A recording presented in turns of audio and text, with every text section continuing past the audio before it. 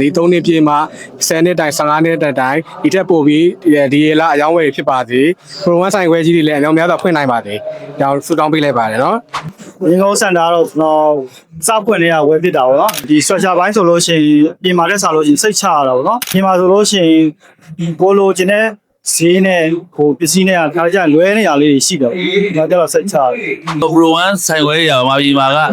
ဟိုအများဆုံးပဲပေါ့နော်ဆိုင်ခွဲတွေအများဆုံးဒီထက်မှကပို့ပြီးတော့ဟိုဖွင့်နိုင်ပါတယ်လို့ဆုတောင်းပေးပါတယ် ပါတီးဝင်လာတာဟုတ် ဟုတ်ဒီဥစ္စာဆင်ပြေပါတယ်ရမ်းပြေတယ်ဘာကြောင့်တနေရာထဲမှာဟိုလိုတဲ့ပစ္စည်းအကုန်စိတ်ကြိုက်ဘယ်မှသွားကြမလို့ဒီနေရာထဲမှာကိုလိုအပ်တဲ့ပစ္စည်းတွေအကုန်မှာရရတဲ့အတွက်ရမ်းဆင်ပြေပါတယ် ဒီမှာပစ္စည်းဝယ်တာတော့အကုန်လုံးအဆင်ပြေပါတယ်ဒီနေ့ဆိုလဲနေ့တိုင်းလိုလားဝယ်ရဝန်ဆောင်မှုတွေလည်းကောင်းတယ်ဆက်ဆံရေးတွေလည်းကောင်းတယ်ဝယ်လို့အရင်အဆင်ပြေတဲ့နေရာဖြစ်တဲ့အတွက်နော်ကျွန်တော်ဒီမှာပဲအဆင်ပြေတယ် ဘရိုဝမ်ရောင်းစင်တာပေါ့နော်အခုက3နှစ်ပြည့်ကနေစပြီးတော့ဒီတက်မကလည်းပို့ပြီးတော့ရောင်းရပါသေးဆိုင်ဝဲကြီးလည်းအများကြီးဖွင့်နိုင်ပါသေးရှင်